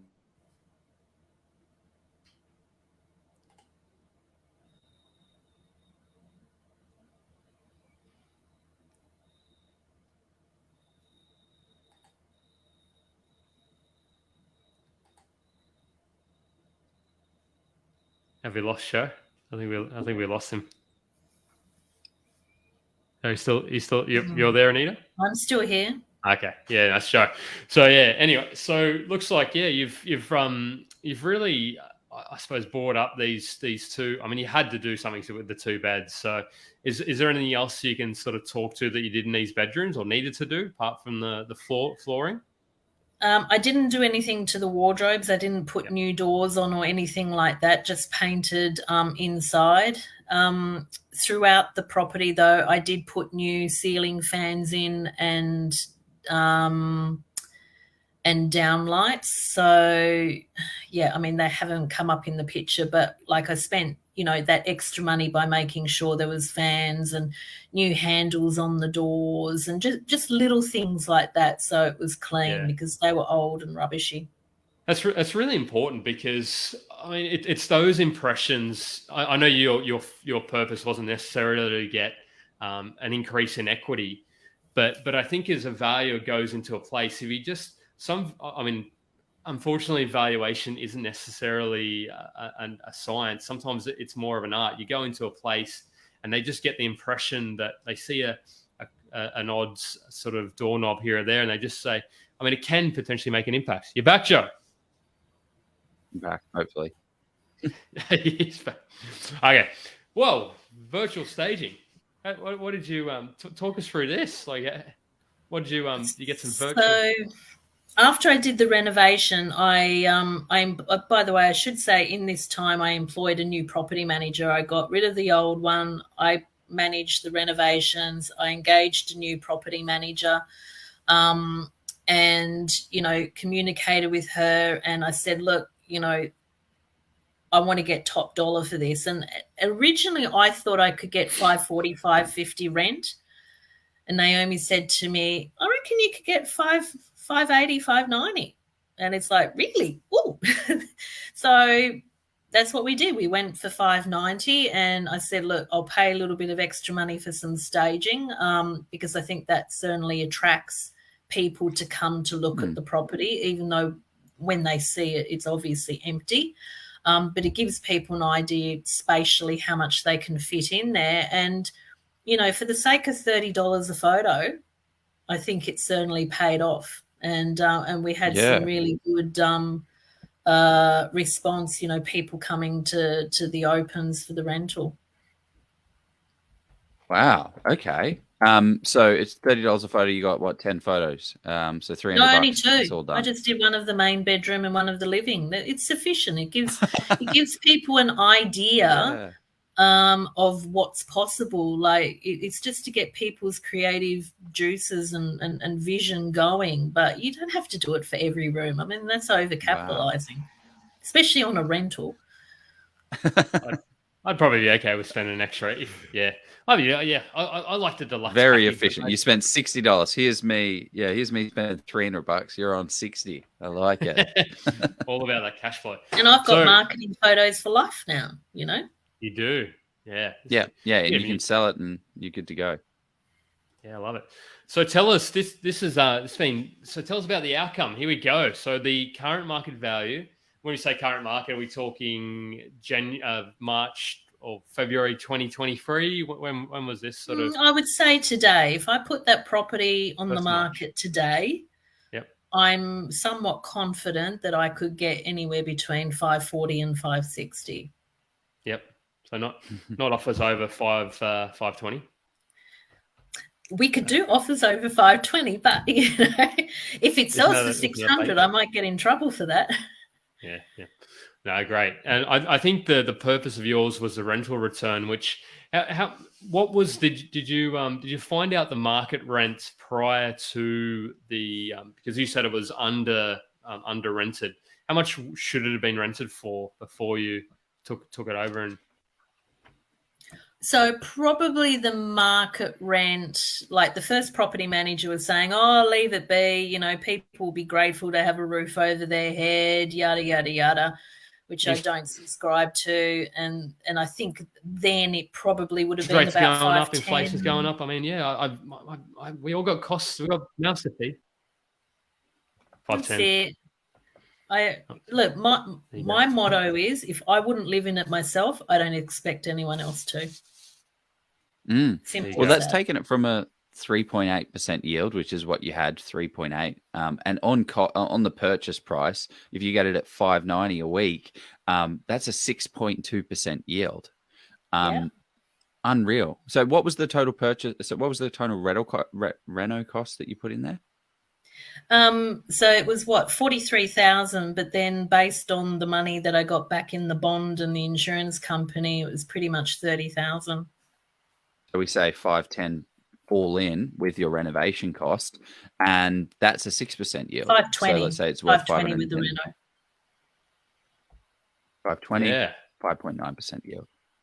Amazing results. Yeah, that's how to reno and how to identify an opportunity as well, because a bit of an underserved sort of. I think that because I think even now there would be properties out there. We see them day in day out. There's many properties that haven't had the rent increase for 2 to 3 to 4 years, and as soon when people see that, it scares them because they look at the yield and they're not.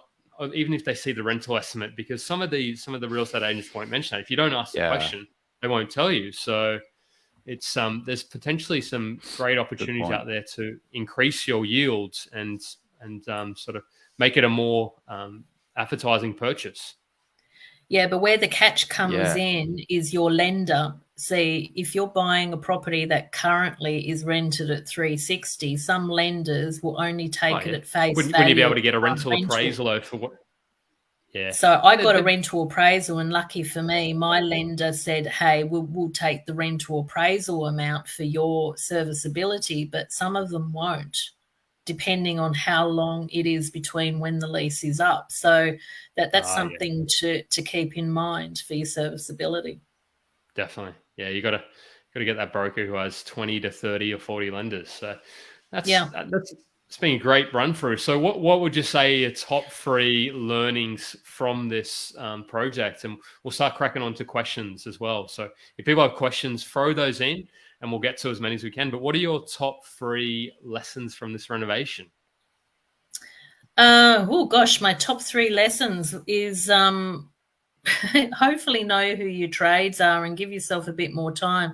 I've got to say the concrete was the bane of my life. He cancelled on me. He said he could do the job in 2 days. It ended up taking 4 days. He cancelled and it was 2 weeks later. So because he delayed the job, all the other trades delayed the job, and I was stressing out thinking, well, if the insurance company aren't paying me money for the extra time, then that's costing me money out of my pocket and I can't claim that through the concreters. So it's just plan. And the unfortunate thing for me was I didn't have time to plan. I didn't have access to the property beforehand. The tenants moved out with short notice. They only gave me 10 days notice, instead of 14. And basically I was thrown in. It's like, wow, this is what I've got. I've got to make a decision really, really, really quickly on the spot on what to do. So, if you've got time to plan, absolute fundamental number 1, but keep flexibility in there because things change. You do one thing and it uncovers another problem. So, I had to think on my feet. Oh, the concreters are delayed. What do I do? If there's a problem with the plumbing, what do I do? Oh, I've spent too much money on the landscaping. Where can I save money somewhere else? So, planning, flexibility, and then making sure you got buffers in place too. I spent more than I had anticipated. Wow, really? Yeah. I thought you did such an looking at that renovation, you've done it so affordably. Were you on the tools a lot, doing laying the vinyl plank, painting, doing those bits and pieces? Like, what did that look like from how involved you were and how involved the contractors were? I attempt not to get my hands dirty and only project manage. Outside of carpet removal.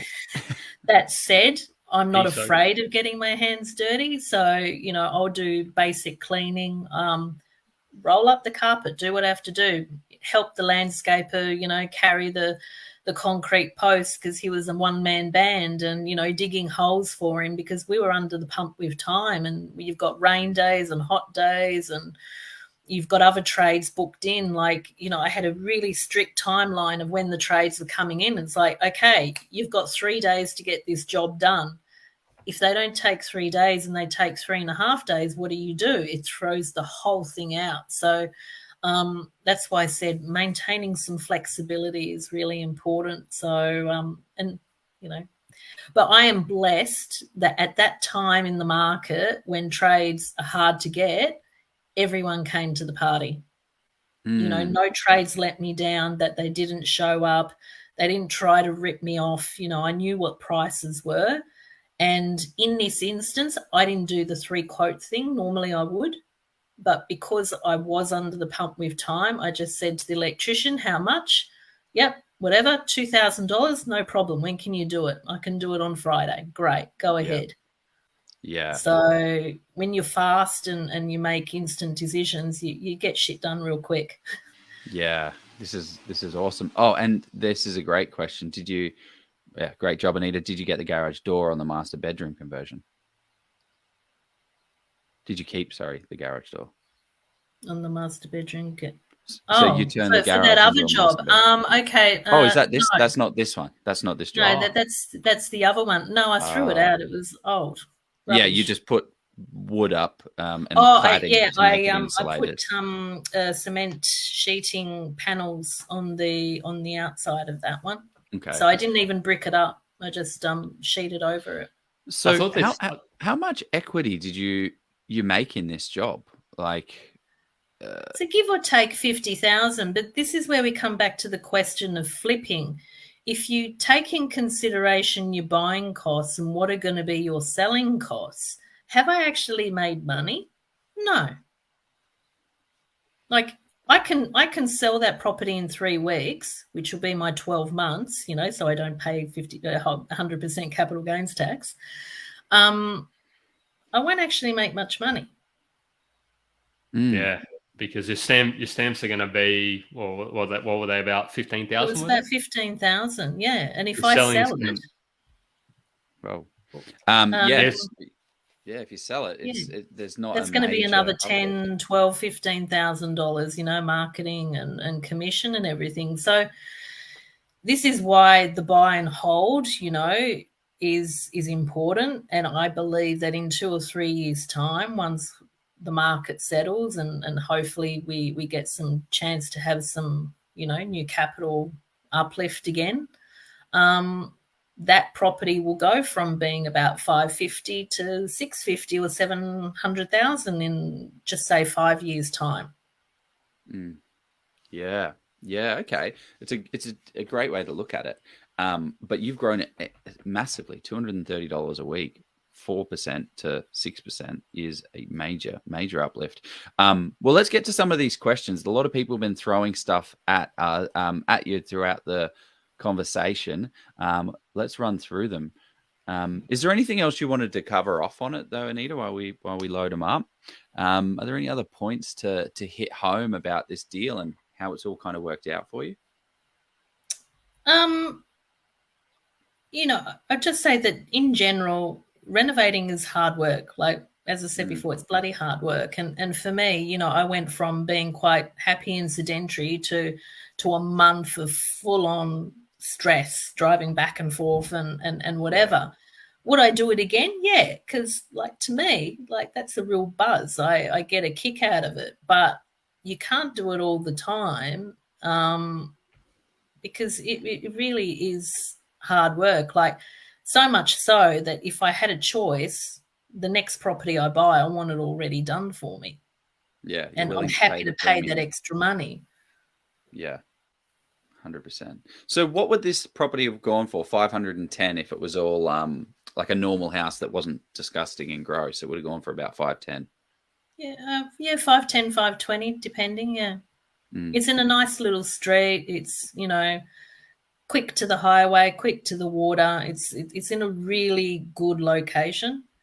And if anyone knows the area, Arundel is a little bit more prestige to Labrador, but Labrador is a suburb that's on everyone's radar. They don't look, it's that whole thing about, well, what are the cities on the outskirts of the area that's growing in value? So hence there was only 2 rentals in Arundel, and I was able to rent it very quickly as well. Love it. But that's not to say that, those suburbs in the Gold Coast are the places to buy. They're the ones that I chose to buy based on my criteria. Yeah. And this is probably another reason why you didn't paint those laminate cupboards that were in the kitchen. So the questions come up. Painting laminate kitchen cupboards is not durable or a long-term solution. They'll chip and look worse than before they were painted, which is so true. Like, you would have probably chatted to the painter and said, hey, maybe not. But if you do chat to a painter, they'll tell you exactly that. It needs to be you can do it. You need this special paint, but the way laminate is set up, it does chip away all the time and looks gross. If they were timber, it would be different to laminate. I think laminate's got that finish that, it's not going to look good. So I just left it. Yeah, love that. There was a question. There's been a couple of questions about the vinyl planks. Did you put screed over the top of the tiles when you laid it over the top of them? Yeah. He leveled the whole place out. It was a beautiful grey floor even before the vinyl went on. So, yeah, No, he did that. Yeah, it's and did you do the vinyl planks, or did you let the vinyl plank man do the vinyl planking? No, the vinyl plank man. I've got a guy who's he's done a few jobs for me, and little one man band, and he does an awesome job. It's economical, so I wouldn't do it myself. I've been into houses where you could see people do it, and they've got gaps and really badly finished. He does it quickly. It takes him a day to do it. Yeah. So no, would never do it myself. Yeah, it is easy to do, but it's easy to mess up as well. So and also it's the time, energy, and effort for you to be able to do it. What could you be spending your time on? Project managing it to save you more money in the end by choosing better trades and cheaper prices and those type of things. Yeah, look, I've learned, like, our first reno or two, we did the hard yards, like we did as much as we could. But I quickly learned that the quality of our own work, when you're not an expert at something, you can really botch it up and make it look crap. So you're better off paying the experts to do it quickly, pay a little bit more money, but the end result's going to look a lot better. And then I'm not stressing and having to clean up and that. So I learned very quickly not to do jobs myself. Yeah. It's very valuable to do stuff yourself when you need to. When you're at that first, this is the first property, you need to get your hands dirty, you need to get that going. But you then start to see, when you go to that next stage, it's like, wow, I can actually make it more efficient. I can get a better job done. So you doing all this stuff, well, you probably couldn't do all of the stuff self, especially the concrete, a lot of it that you have to do. And that's why I asked the question, because you've done so well affordably, like this, you've done a full house renovation so affordably, with all these extra expensive components. I was expecting you to say, yeah, I was doing this and doing that, but it's not. You've managed it and project managed it well, got enough trades, got enough quotes, and made it happen. Well done. Hats off to you. Thank you. And look, at the end of the day, I've got beautiful, happy tenants. I said to my property manager, it's a 2-bedroom property. I don't want to, no discrimination here, but, after what I went through and other tenants, I don't want 2 singles. I don't want lots of pets, especially cats. I want ideally a couple, and I'm open to having a dog. That was my criteria, and guess what? She found it, and they are absolutely wonderful. I mean, I can say that post-renovation, I had some issues with plumbing outside that didn't come up in the build and pest report, so I had to cut up some of that concrete. Oh, no. This is the shit that happens. And we had to fix that, but the tenants are absolutely amazing, giving access and letting us know what went on, and the result couldn't have been any better. So I believe what you give is what you get back. This is an example. Give a good, clean home that some thought and love has gone into, and you'll get that back with tenants if you've got the right property manager as well. Unreal. All right. Any last questions before we? But while we're doing that, what is the, like? I absolutely love what you've done with this place, and it. Actually, one question I want to ask is, what's next? What is the next challenge for Anita? You know what? I'm in 2 minds. I've actually got pre-approval from the bank to go again and do something. Why not get it done? I mean, I can't find anything. I'm being very picky, and I can't quite find anything. And I'm just swinging about the idea of maybe changing my PPR and doing it that way, and then utilizing that money for that. So ask me again. I thought I would have something bought by this session that we had booked in. I really did. I nearly bought a unit in Sydney, and because I was down there a couple of weeks ago. And because, that's what I was looking at, another unit in Sydney. It's like, rinse and repeat. If I've done it once before, I'll do it again. But a reno in Sydney, or did you do it? Yeah, why not? Yeah. Back in the Shire. Looking in the Shire, there you go. Like me, Joe. Yeah. If you want me to do inspections, let me know. I'll go say hello to the local units. But it's hard to buy anything there under 600,000, and that's my budget. I don't want to spend more than that on a unit. So I've got to change my strategy a little bit, but that's okay. That's where remaining flexible is important. Yeah, I love it. Yeah, it's so true. Well, this has been an unreal deal. How can people? Well, I guess. I mean, is there anything that you want to kind of put forward to the audience? Is there anything that you want people to reach out, throw questions your way? Like, how can people learn a little bit more about you, or understand a bit more what you do? Yeah. Look, essentially, I'm a renovation consultant and a licensed real estate agent here on the Gold Coast. So, if anyone's got a property for sale, hey, happy to help. But primarily, as investors, I think if you have a property that you're just not sure what to do with, maybe it's here on the Gold Coast and I can go and inspect it and provide some advice on how you can best add value in the most efficient way. Happy to help. Also, I speak with clients who they just need some advice on what to do next. And it's not financial advice or whatever, but it's just trying to get an idea of a path forward, especially for new investors. But primarily it's that process of buy, renovate, sell. How can we add value to your property, whether you're buying, putting a tenant in to uplift value and cash return, and likewise to sell the property.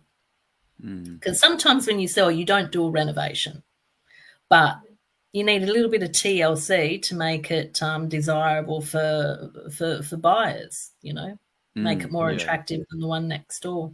Striking that balance, isn't it? Trying to make it worthwhile and also sell it, because as soon as you sell it, you're not getting any of that extra value add. And just why would someone, I mean, it sounds like a silly question, but a renovation consultant, like why do people come to a renovation consultant? Like what do they actually do? Because the average person generally can't see beyond what's in front of them. So they can't imagine a floor plan where, what do I do to put in a new kitchen or get better flow in the house? How much is it going to cost? Like they've got no idea how much it costs to lay concrete or vinyl flooring or whatever it is. So, part of what I do with the Reno consults is go into people's homes and say, well, let's look at changing the colours. Let's look at changing the floor plan. Here's what you could do with the bathroom, by moving the shower from this end to that end. You can make a walk-in shower rather than the little box, or, things like that. How much is that going to cost? What do I have to think about? Where is the plumbing? Where is the how's that going to affect something else? Like so many variables to think of. And I guess I've been told I have that skill set that I can see beyond what's in front of me. Well, yeah, clearly. And people like that. But most people are happy to do the work themselves. So I don't do the actual renos. I just advise, okay, this is what the potential. That's probably the hardest thing to do. And I suppose then the other challenging thing is making sure you're getting reliable and quality trades as well. If you can get so those are the biggest challenges with reno, I would say. 100%. Yeah, the planning structure and setting it up, making it happen. Amazing. Well, thank you very much for today, Anita. This has been awesome. It's an awesome deal. You've done so well. You now have a 6% yield, sitting there ready to go, and then you'll be able to pull equity out whenever you need to work on it. You don't need it right now, so you don't need to bother. Any final words, Jeff? No, I think it's particularly in a market that's not look, there's markets that are still going quite well, but I think value adds, and particularly the way that to add sort of rental yield or growth and being clear on what you're doing, I think that's potentially one way you can keep moving forward in a market that's not going to continue to see 20 to 25% growth year on year. Having said that, inflation, 7.4% today, come down from 8.3%. So, woohoo! But having said that, the November inflation was 7.3. So, so let's see. I think that stops the RBA from doing a 0.5% increase next Tuesday. But yeah, 0.25 is going to happen, I'd say. It's just whether they're going to go a bit harder. So, but yeah. Love it. Well, let's go buy a renovation property. Thank you very much, Anita. Thanks, guys. My pleasure. Thank you for having me.